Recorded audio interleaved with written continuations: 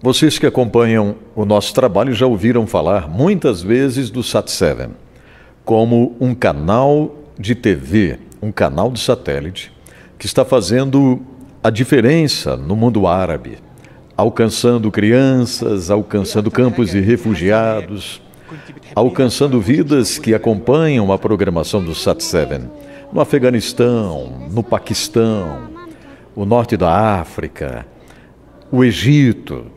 Vidas transformadas pela palavra de Deus, a história de Jesus Cristo sendo ministrada através do Sat7. E a grande notícia é que o Sat7 chegou no Brasil. O Sat7 já está tendo a sua base no Brasil. Para quê? Para que a igreja brasileira, para que nós, os brasileiros, possamos fazer ainda mais diferença nesse mundo que precisa conhecer a história de Jesus. Vocês já pensaram que oportunidade riquíssima? E eu tenho a felicidade de apresentar agora o Reinaldo Santos, que é o diretor do Sat7 no Brasil. Está assumindo essa posição, é um grande desafio, mas nós estamos certos que é o caminho de Deus. Reinaldo, bem-vindo. Você está falando aí para o programa Desfrute Deus, que hoje está em rádios, está em tantos lugares. E é muito bom te receber, dar as boas-vindas para essa nossa conversa bem informal aqui. Reinaldo Santos, bem-vindo. Muito obrigado, Edson. Você e os seus espectadores, os ouvintes desse programa que você faz, pessoas que servem a Deus, que têm o coração inclinado para a obra, saibam que é uma alegria muito grande nós estarmos aqui juntos, como um povo único, com uma visão de reino de Deus. E eu me sinto muito feliz de estar aqui com você e que a minha voz está chegando para quem está ouvindo agora. Um abraço a todos. Olha, que coisa boa. Principalmente por quê? Porque a maioria dos nossos ouvintes, eles têm uma paixão por missões, né? Gostam de missões e um dos segmentos do meu programa se chama Confins do Mundo.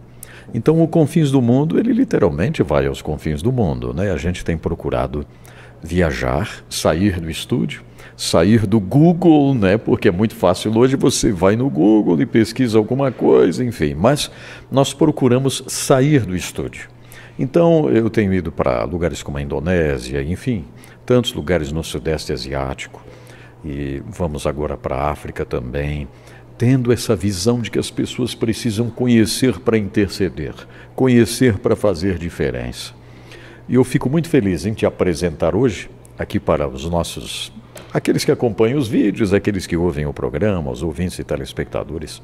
Por quê? Porque o seu nome vai ser ouvido nesse Brasil, vinculado ao Sat7, e muita gente está passando a conhecer agora o Sat7. Eu conheci há 6 anos atrás, quando ouvi o Terry, o fundador desse projeto, falando na NRB, lá em Nashville, e eu fui contagiado.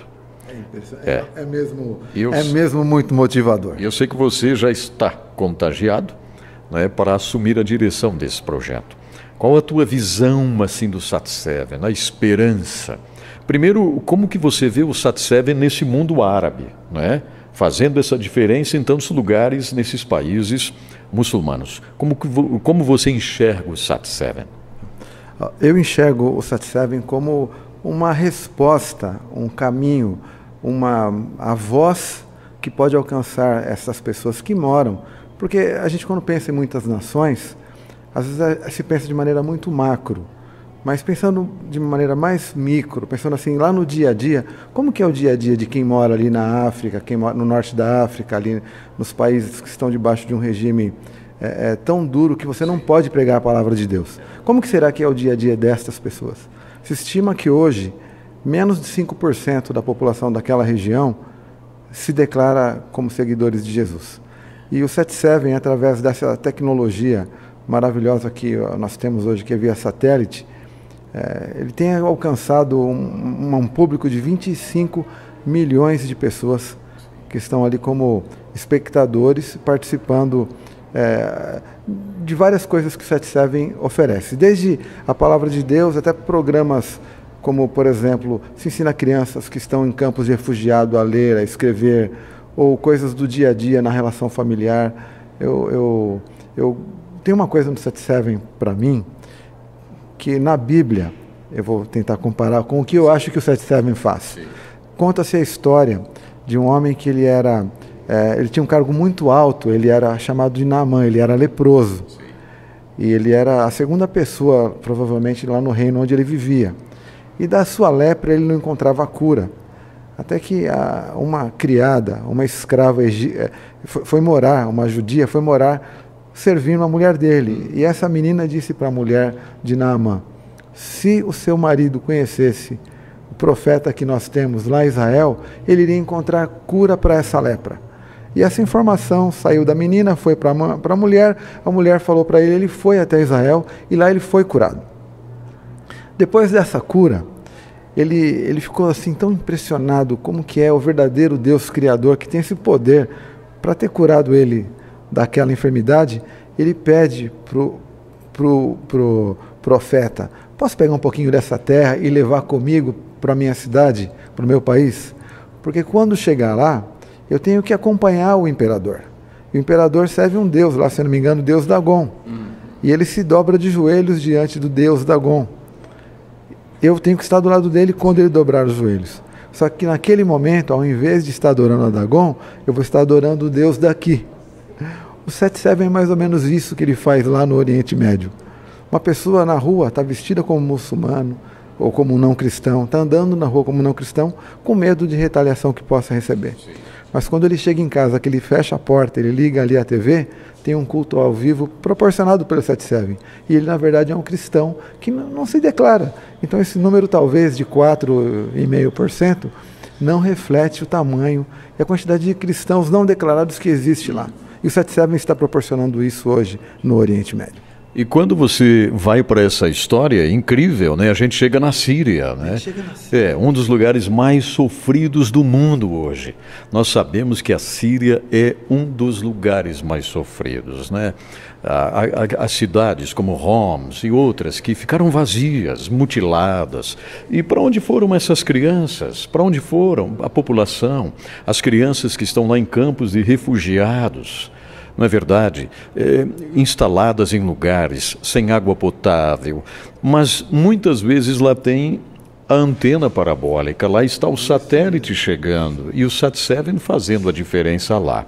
Para a gente fechar aqui, a igreja brasileira, como ela vai poder mergulhar nessa história tão bonita do Sat7?